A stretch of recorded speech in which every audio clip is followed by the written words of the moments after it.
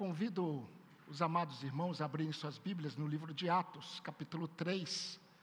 Como mencionei domingo passado, nós, após pregarmos 14 sermões no livro de Atos, capítulo 1 e capítulo 2, nós introduzimos com 2 sermões parte do capítulo 1 de Jeremias, do profeta Jeremias, e voltamos domingo passado a observar o texto do livro de Atos, e vamos intercalar entre esses 2 grandes livros da palavra de Deus, que é Atos dos Apóstolos e também o profeta Jeremias.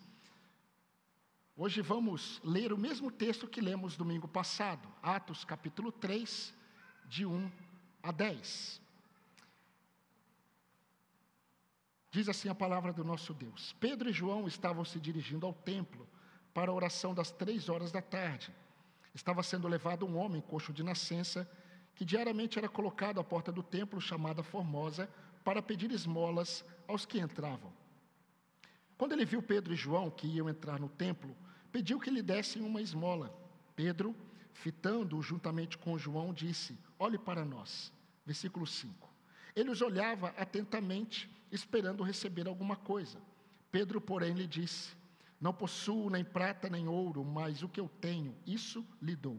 Em nome de Jesus Cristo, o Nazareno, levante-se e ande. E pegando na mão direita do homem, ajudou-o a se levantar. Imediatamente os seus pés e tornozelos se firmaram, e dando um salto ficou em pé, começou a andar e entrou com eles no templo, pulando e louvando a Deus. Todo o povo viu o homem andando e louvando a Deus, e reconheceram que ele era o mesmo que pedia esmolas assentado à porta formosa do templo, e ficaram muito admirados e espantados com o que lhe tinha acontecido. Amém. Meus irmãos, durante todo este mês passado de outubro, e eu creio que algumas igrejas ainda neste domingo, as igrejas reformadas, celebraram e falaram sobre os 5 solas da reforma protestante. Reforma essa considerada tendo seu início no dia 31 de outubro de 1517. Nós não estamos fazendo isso como igreja, pelo menos formalmente não, mas nós sustentamos os mesmos credos. Nós cremos e nós pregamos que a vida com Deus, ela só existe e é possível somente pelas Escrituras. Que a vida com Deus, ela só existe e é possível somente pela fé em Cristo, somente pela graça de Deus, somente Cristo como o Senhor e Salvador, e somente com o objetivo principal, somente a Deus toda a glória.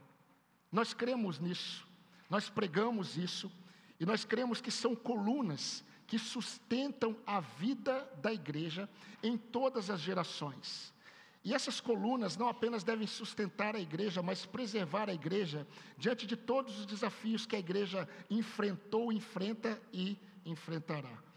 Quando nós olhamos, queridos, o livro de Atos, nós encontramos essas verdades. Nós encontramos isso. Quando olhamos o capítulo 3, e é impossível olhar o capítulo 3 sem olhar também o capítulo 4, que é uma continuação do capítulo 3, nós observamos estas verdades, nós observamos essas colunas sendo sustentadas. E quando nós olhamos, queridos, e isso é muito importante, para a vida prática da igreja, para aquilo que acontece naqueles que creem em Cristo Jesus, nós percebemos e podemos afirmar que a doutrina da graça sustenta todas as demais no quesito salvação eterna. Tudo é pela graça. E eu vou dar o exemplo para os irmãos. Somente pela graça de Deus, o homem pode ter a consciência de que é somente pelas Escrituras.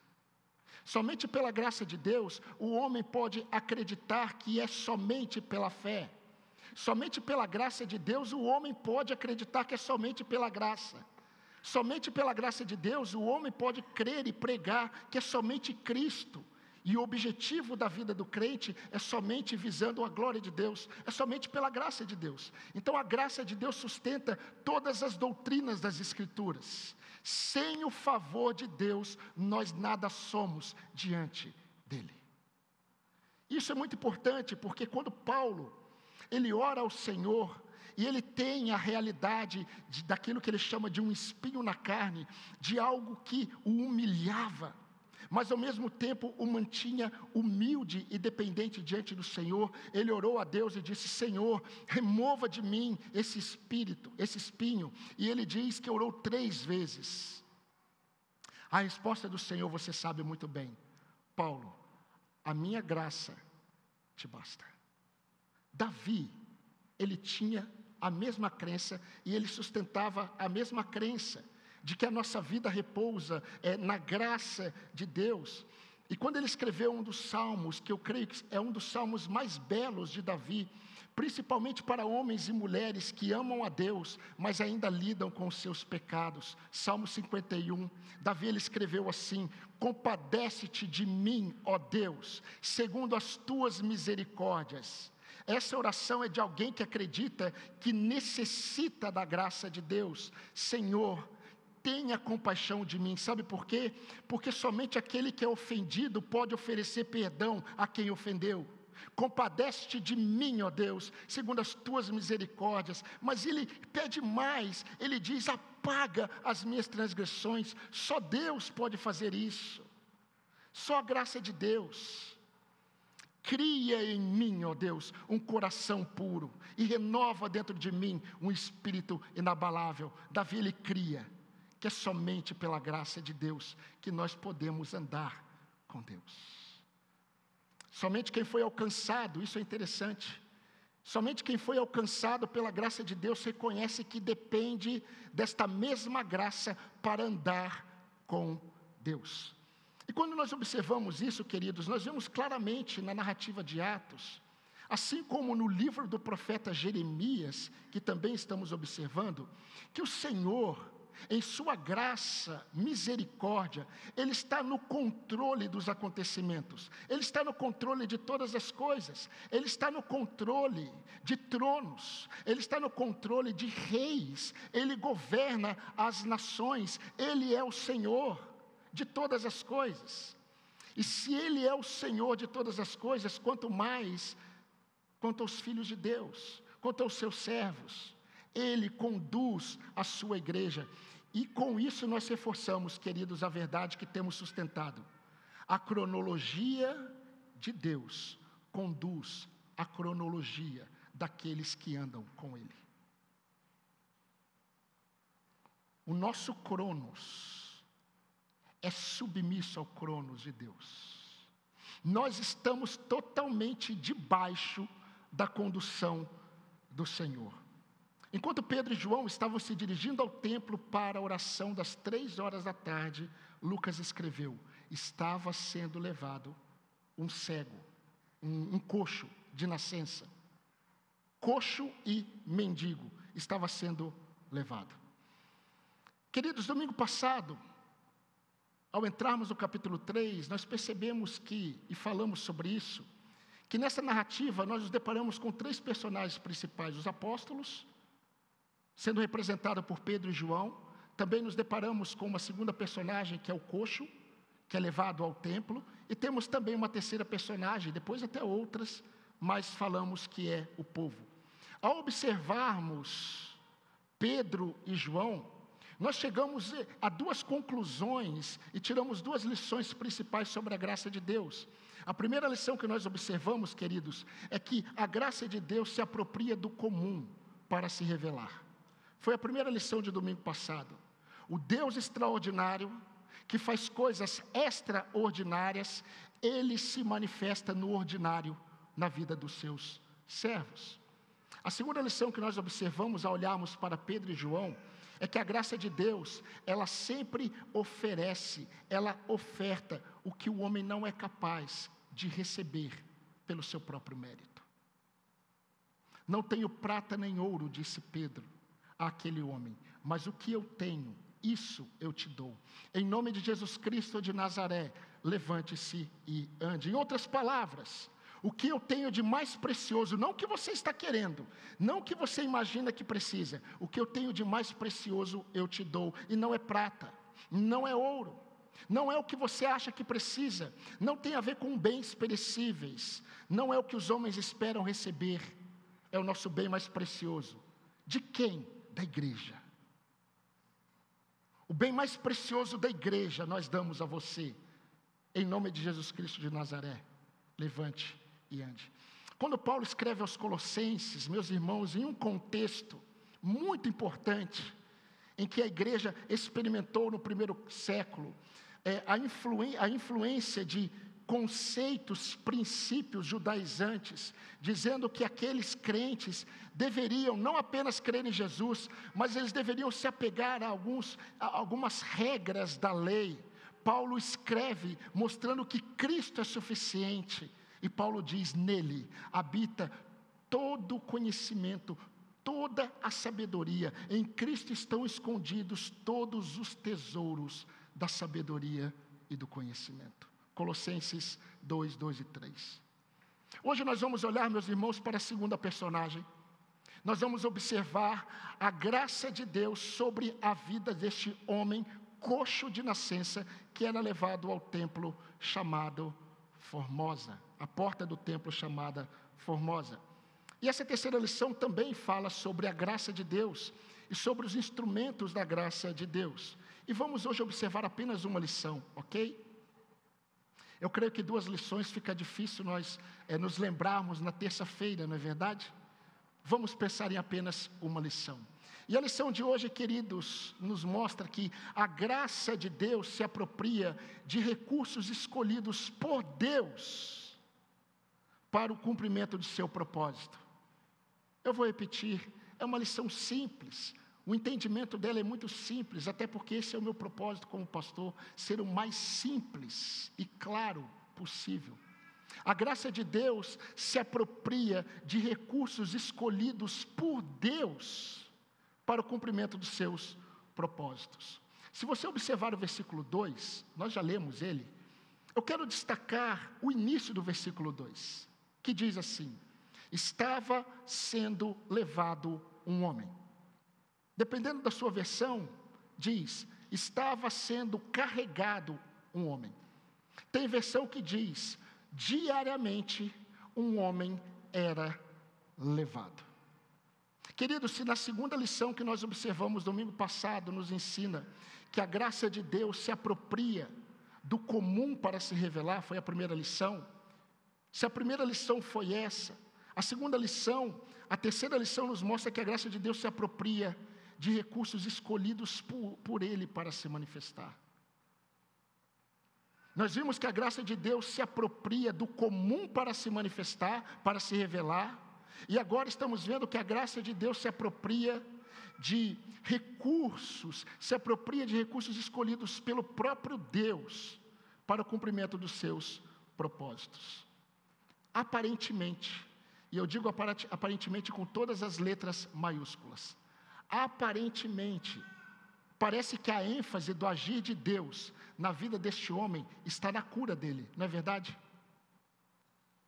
Você que já leu esse texto muitas vezes, aparentemente parece que a ênfase está na cura deste homem, até porque, quando Pedro e João, eles apresentam Jesus Cristo, o poder de Deus se manifesta de forma graciosa sobre a vida daquele homem para curá-lo.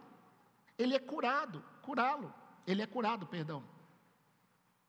Quando nós observamos, queridos, no decorrer da narrativa, nós vemos claramente a sua cura, nós não vemos claramente a sua conversão. Isso é interessante. Nós sabemos, e eu creio que você crê nisso, que é possível muitas pessoas experimentarem bênçãos da parte de Deus e continuarem incrédulas em relação a Cristo. Eu mesmo já me deparei com pessoas, não uma, nem duas, nem 3 vezes, pessoas endemoniadas, em que após orar, elas foram libertas, mas elas não creram em Jesus, e continuaram perdidas. E depois eu percebi e fiquei sabendo que elas continuavam tendo manifestações demoníacas. Nós sabemos que isso é possível, mas como eu afirmei, queridos, aparentemente, a ênfase do texto está apenas na cura deste homem. vamos dar uma pausa aqui. Por intermédio das Escrituras, nós sabemos que não é a fé que salva o pecador. Amém, irmãos? Que amém com dúvidas, não é? O homem não é salvo pela fé. O homem é salvo pela graça de Deus, mediante a fé. Sendo assim, a graça de Deus é o agente. A fé é apenas um meio. Então, para que o homem creia em Cristo, a graça de Deus vem sobre ele e o capacita a ter fé em Cristo. Por isso que a salvação, vós sois salvos, vocês são salvos pela graça, mediante a fé. O favor de Deus é a graça que age e a fé é o meio pelo qual o pecador crê. No versículo 3, como eu disse, não fica evidente, mas Pedro, ele dá testemunho perante todo o povo, de que a cura deste paralítico veio mediante a fé em Cristo Jesus. A cura dele veio mediante a fé em Cristo Jesus. Olhe para o versículo 12 do capítulo 3 e também o versículo 16, eu quero ler para os irmãos. À vista disto, deste acontecimento, desta cura, Pedro se dirigiu ao povo dizendo: israelitas, por que vos maravilhais disto? Ou por que fitais os olhos em nós, como se pelo nosso próprio poder ou piedade o tivéssemos feito andar? Versículo 16, pela fé em o nome de Jesus, é que esse mesmo nome fortaleceu a este homem que agora vedes e reconheceis. Sim, a fé que vem por meio de Jesus deu a este saúde perfeita na presença de todos vocês. Agora olha que interessante, quando nós observamos o decorrer da narrativa, nós vamos olhar mais para frente, nós vamos perceber que até o versículo 22 do capítulo 4, nós vamos perceber que esse milagre, ele abriu a porta para a segunda pregação de Pedro. E a pregação de Pedro não foi explicando o milagre. A pregação de Pedro não foi dando ênfase ou em êxtase pelo milagre que aconteceu. A pregação de Pedro é sobre o arrependimento e fé em Cristo Jesus. Versículo 19. Portanto, arrependam-se e convertam-se, para que sejam cancelados os seus pecados.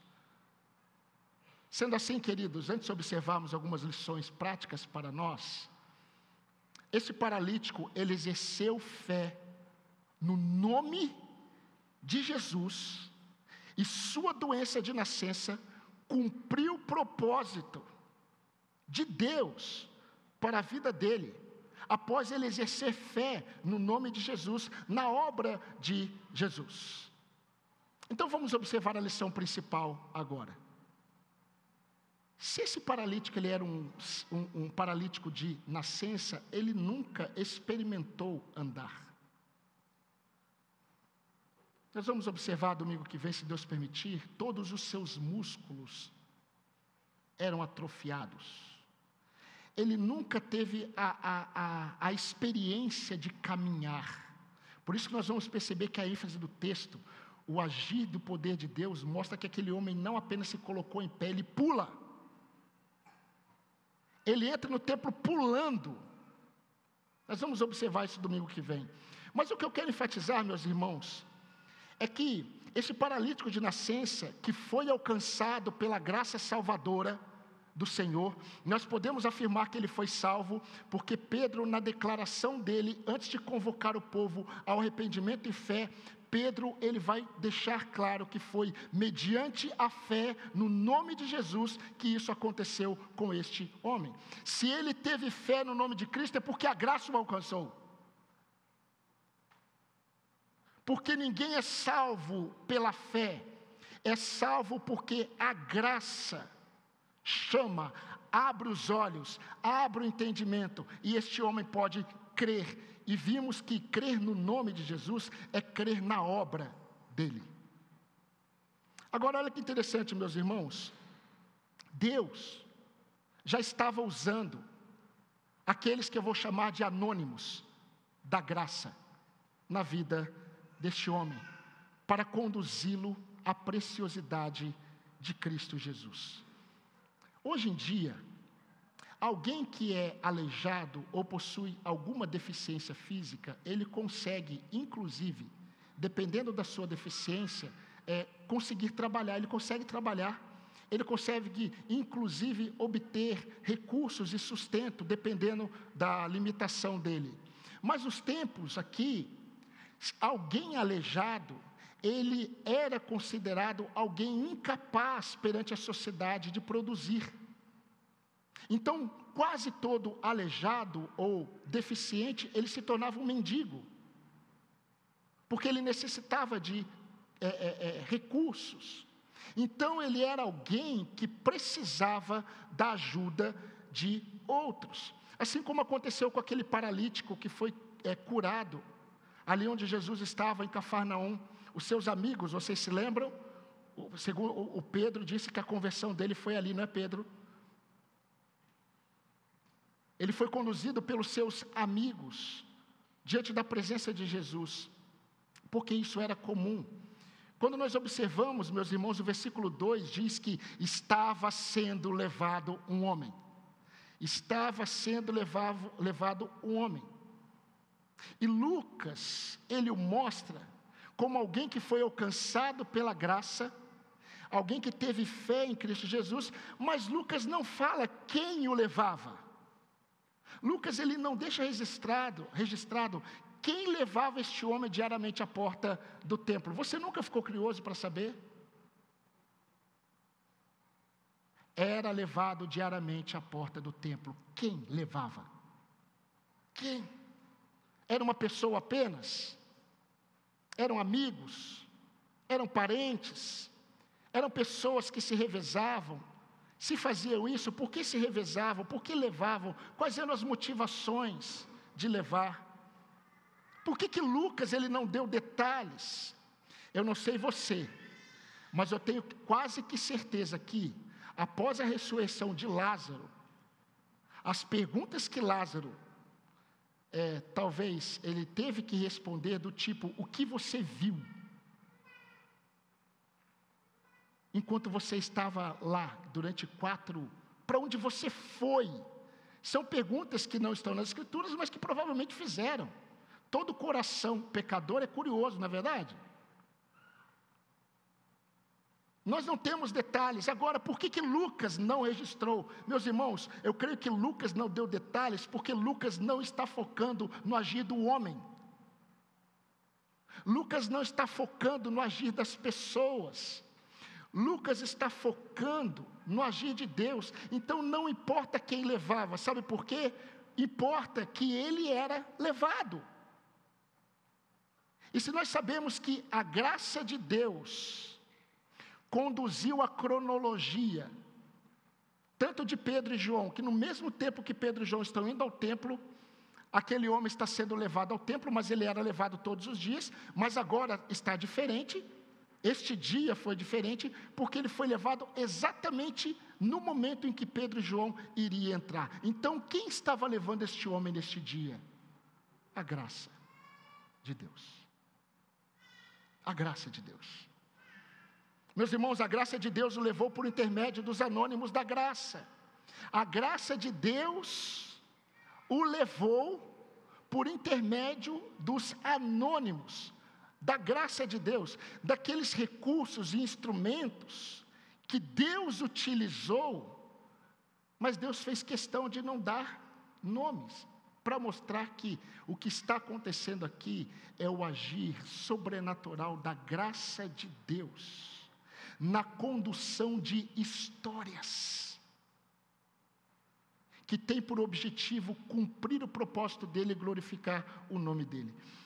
Olhando para a própria vida nas mãos do Senhor, o apóstolo Paulo, que nós podemos afirmar que o apóstolo Paulo, diante de todos os apóstolos, vamos ser sinceros, irmãos, o apóstolo Paulo, ele foi quem mais fez.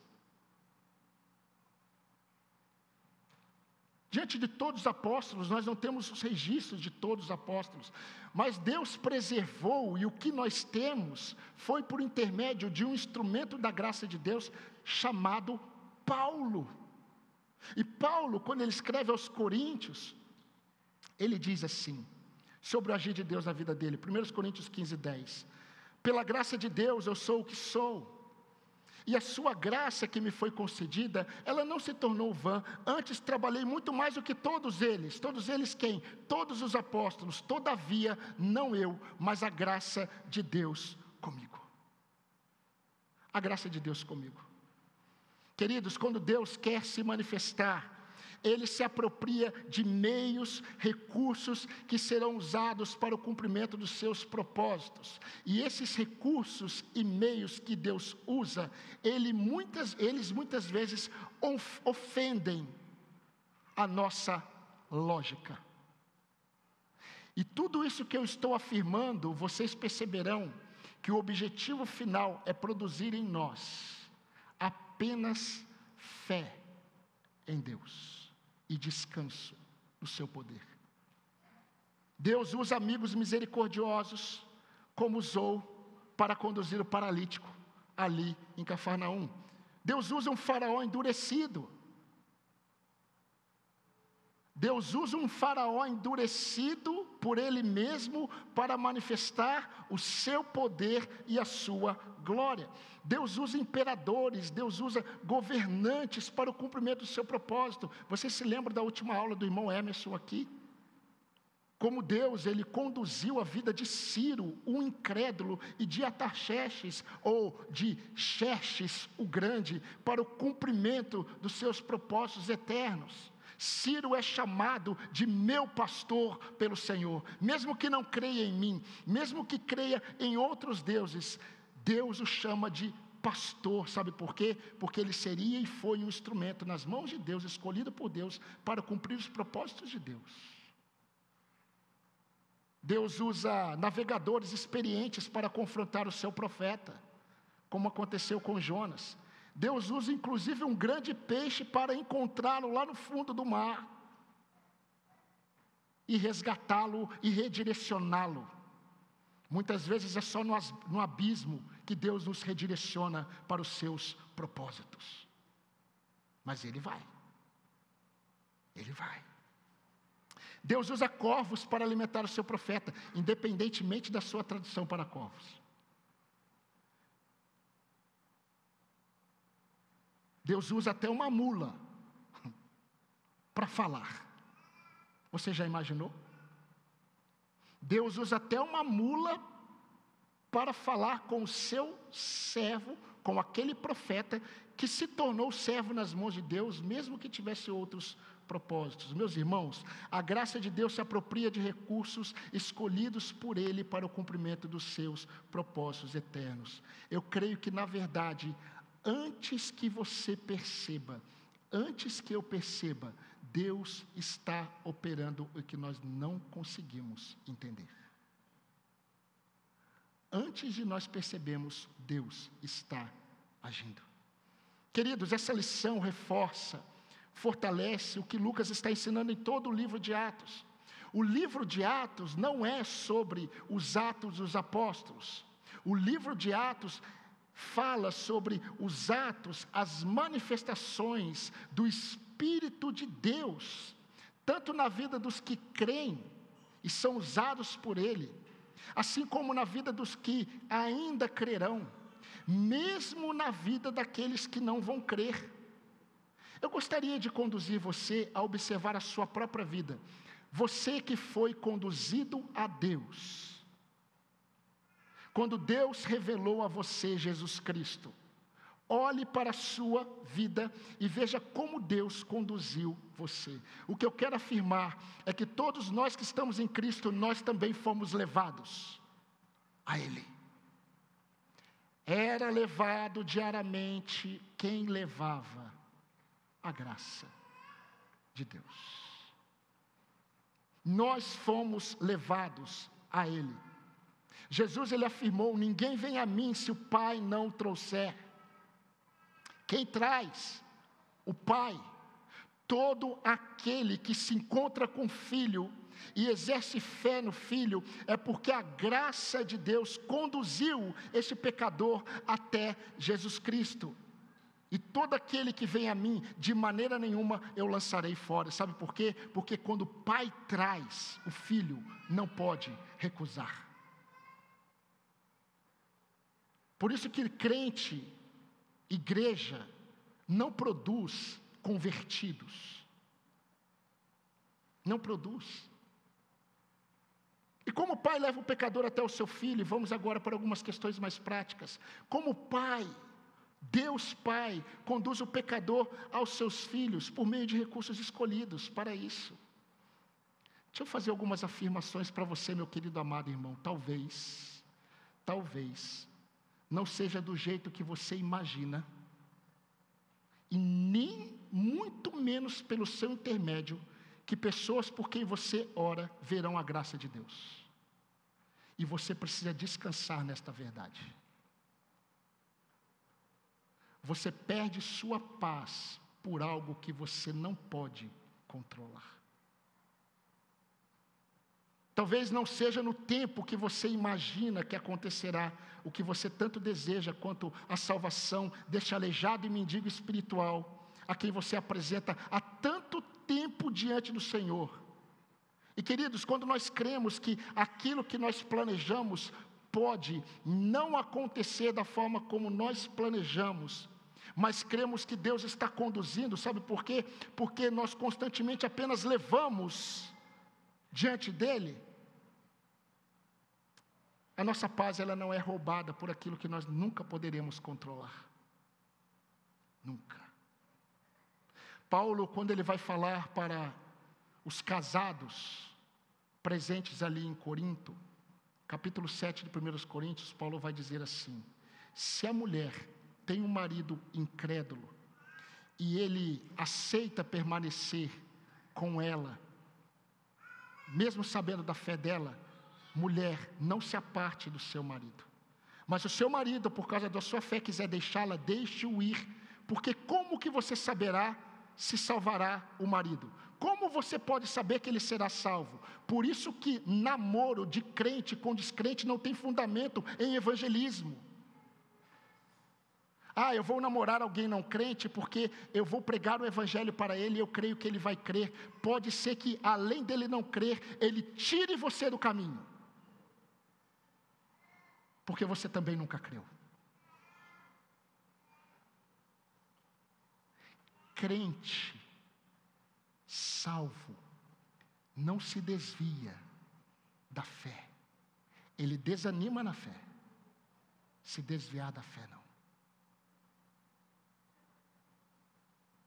Talvez o que precisa acontecer com você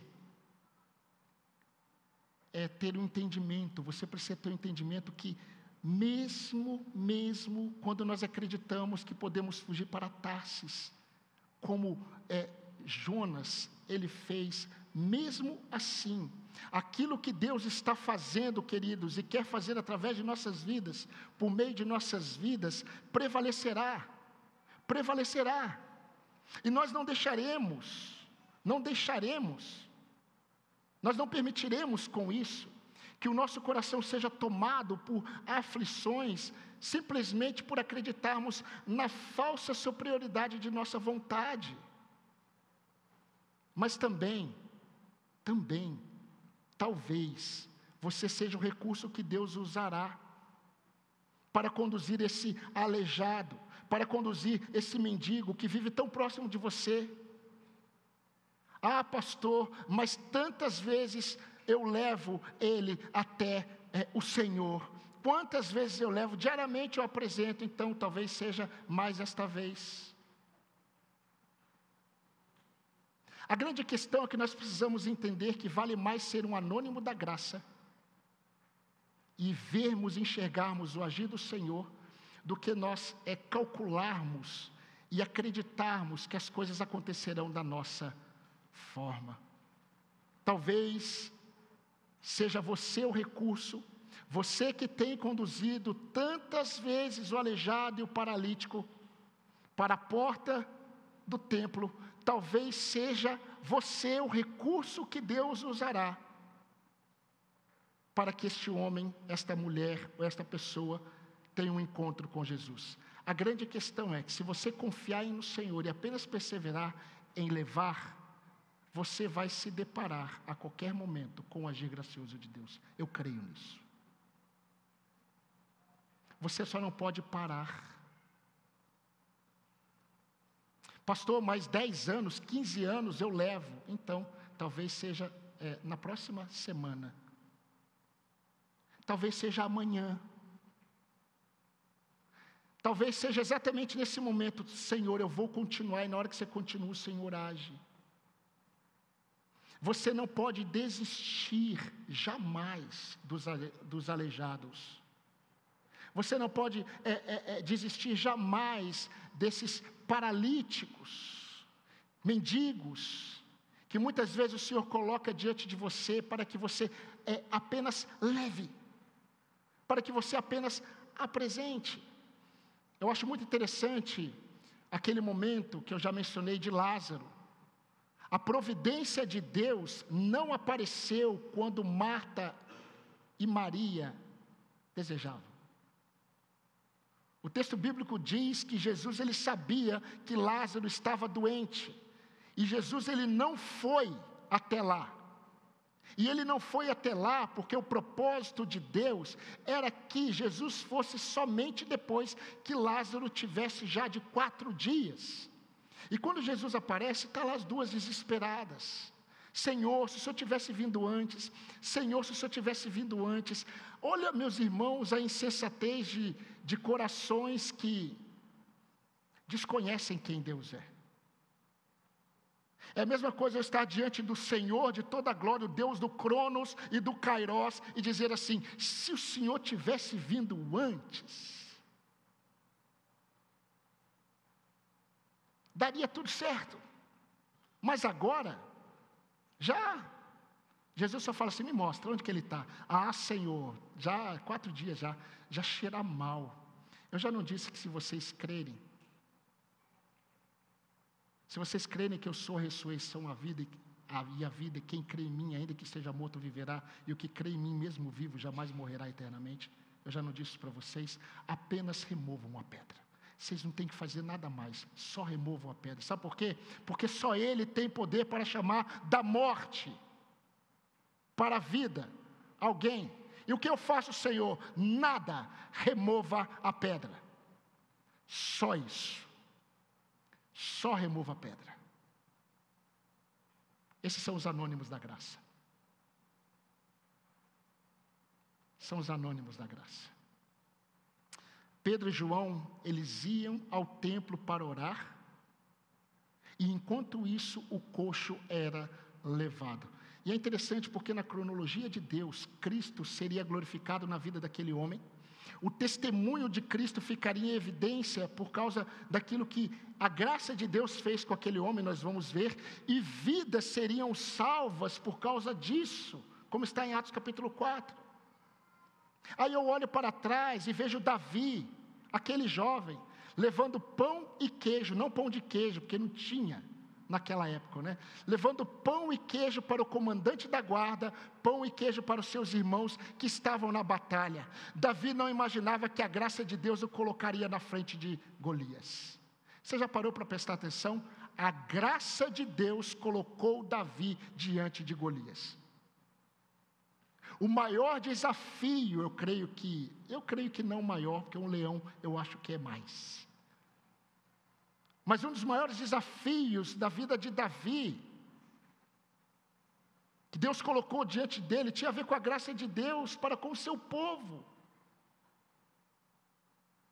A graça de Deus para com o seu povo tinha como plano colocar Davi diante de Golias. Só que Davi, meus irmãos, desde cedo, ele era como Pedro e João.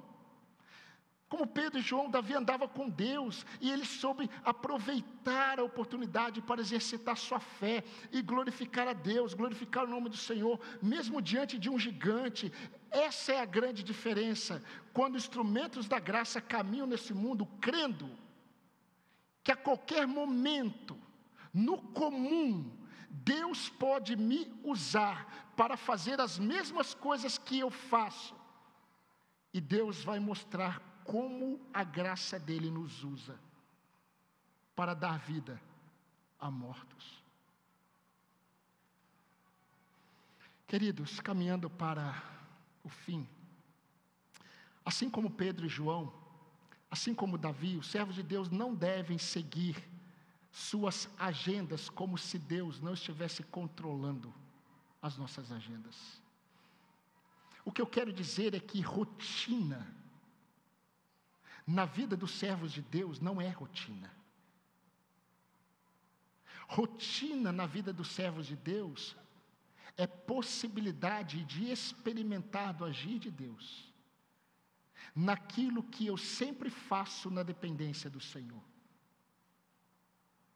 Como disse o pastor João Luiz hoje, o cerne da questão é estar próximo de Jesus. O cerne da questão é andar com Jesus.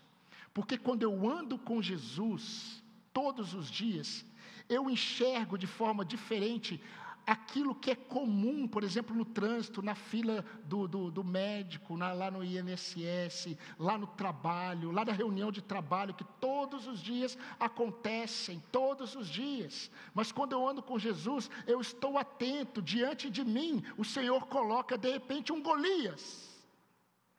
É a graça de Deus atuando, para que por intermédio do meu testemunho, da minha fé, da minha confiança em Deus, outros vejam e glorifiquem o Senhor de toda a terra, por causa do agir dele. Mas eu gostaria de terminar falando que também existe uma outra possibilidade. Talvez você seja o aleijado e o mendigo espiritual que está sendo trazido todos os domingos ao templo. Todos os domingos. Talvez você seja esse mendigo espiritual que é trazido constantemente para o lugar onde os homens costumam buscar a Deus. E você acredita que tem o que precisa, mas você não sabe o que de fato precisa. Queridos, a alma do homem é um abismo de buscas que não sabe o que busca.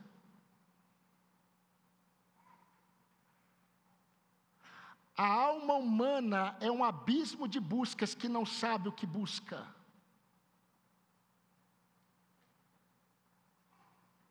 E você está sendo trazido pela graça de Deus há muito tempo no lugar onde Deus costuma se revelar e se manifestar aos homens. Você tem sido colocado e apresentado todos os dias à porta da casa do rei, mas não conhece o rei. Você conhece muitas pessoas que vêm adorar, mas você não é adorador. Você conhece o templo, mas você não conhece quem é adorado no templo. Você está perto do valor mais precioso, mas vive de esmolas. Vive de esmolas. Você ouve falar de Jesus, mas você não o conhece. Você talvez seja o aleijado espiritual, talvez você seja o mendigo da alma, que tem sido conduzido pela graça de Deus até aqui, para que a graça de Deus se revele a você e salve você. E eu posso afirmar ainda hoje,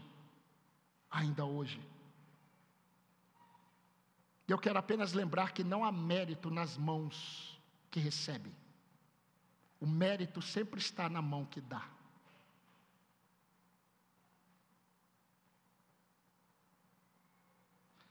Eu quero concluir.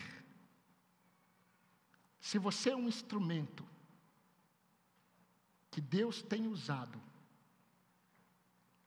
e usará para conduzir este aleijado, este mendigo espiritual que você tem apresentado diante do Senhor há tanto tempo, você não pode parar.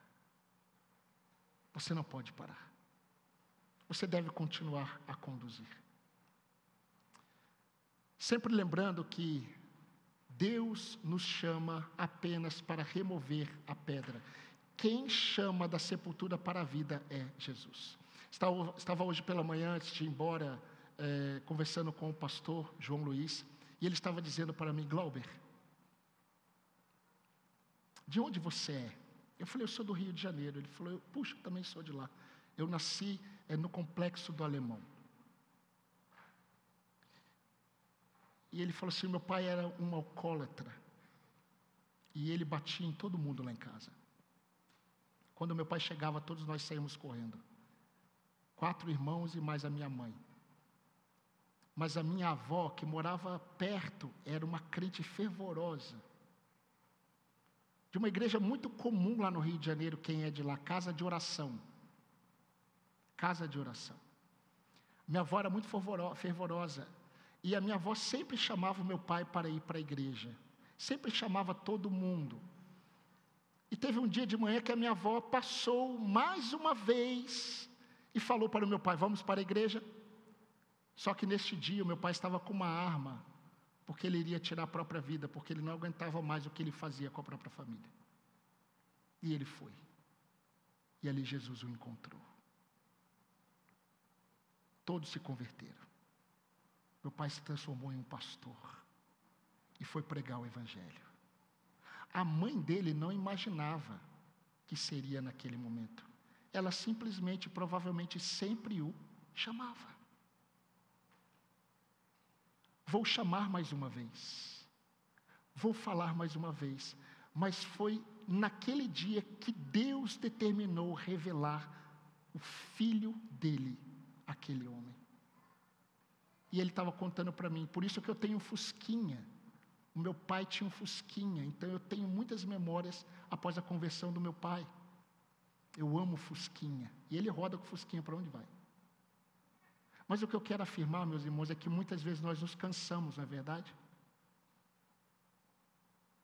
Nós nos cansamos diante de alguém que a qualquer momento pode dizer: haja luz.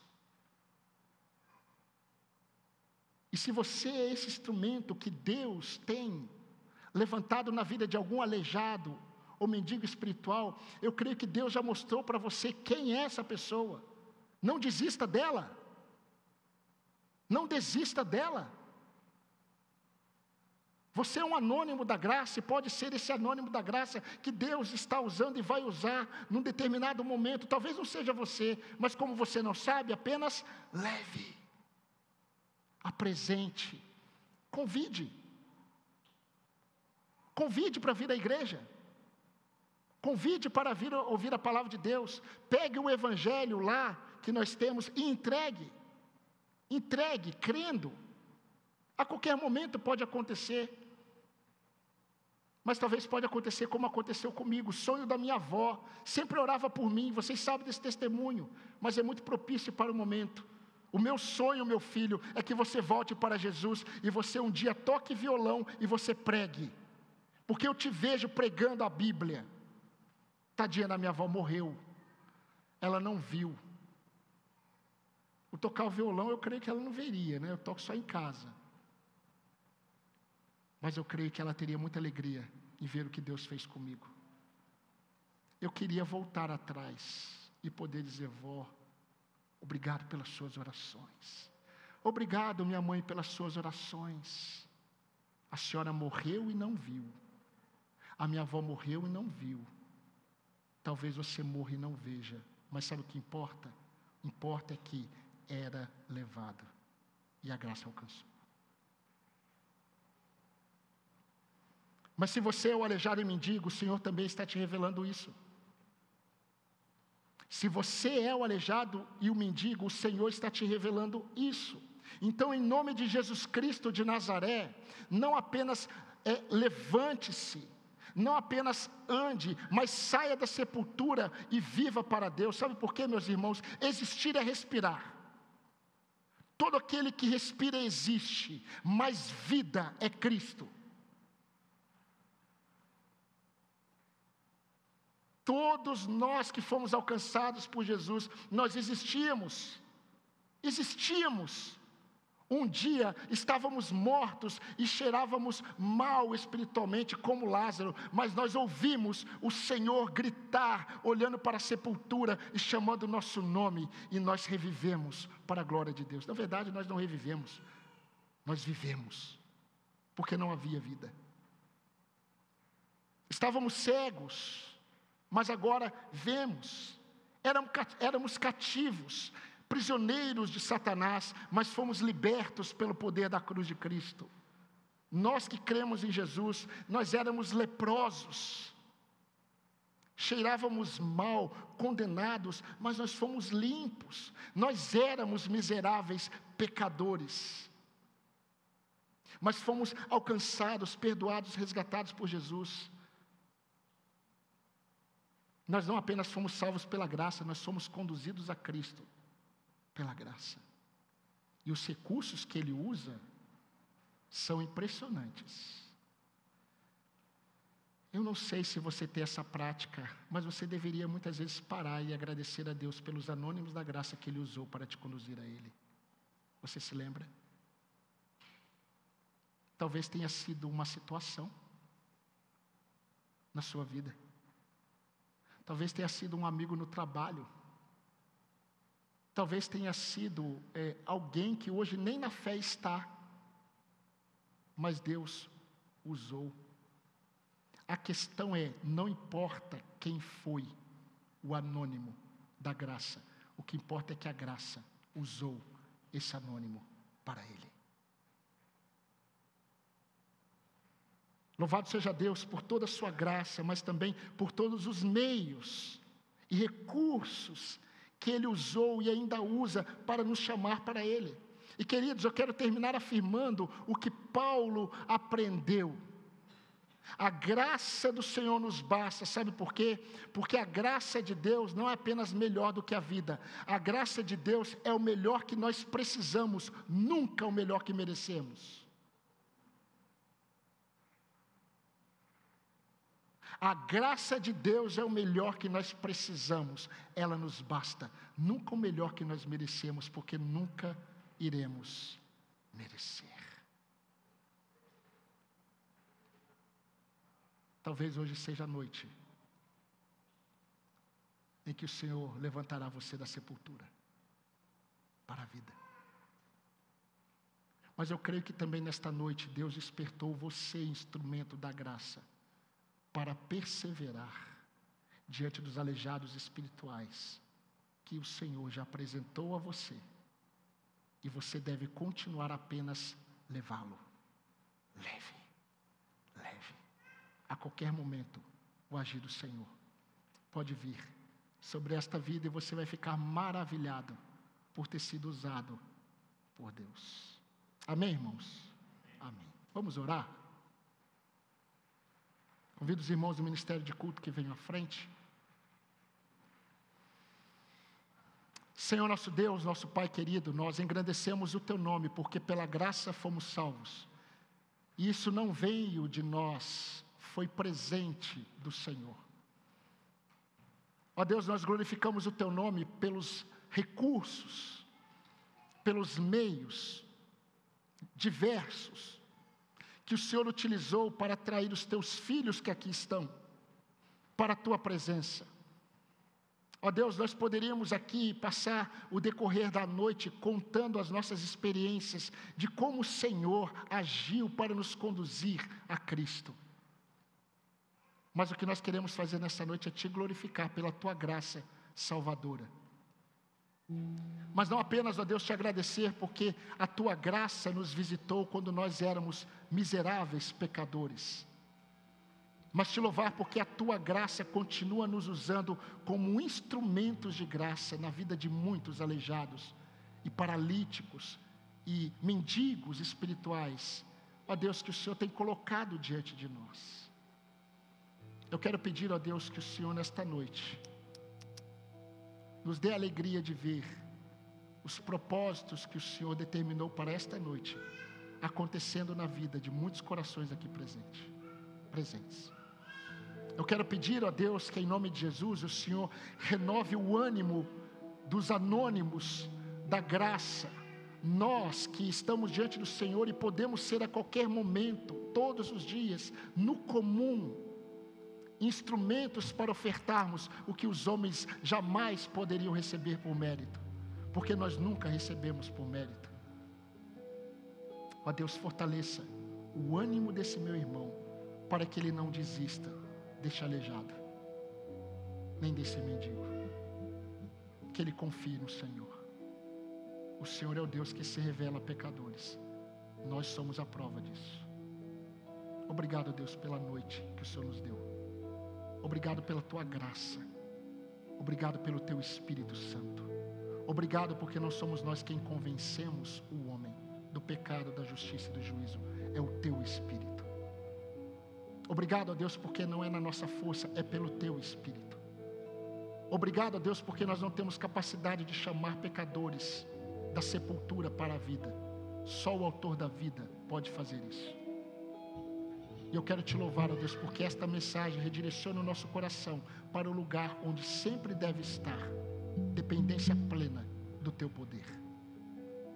Receba, Senhor Deus, o último cântico que nesta noite preparamos em adoração ao Senhor, e que o Senhor nos conduza para uma semana na Tua presença, debaixo da Tua graça poderosa, que nos alcançou e ainda nos usa para o louvor da Tua glória. No nome de Jesus nós oramos e agradecemos. Amém, Senhor. Vamos colocar em pé, vamos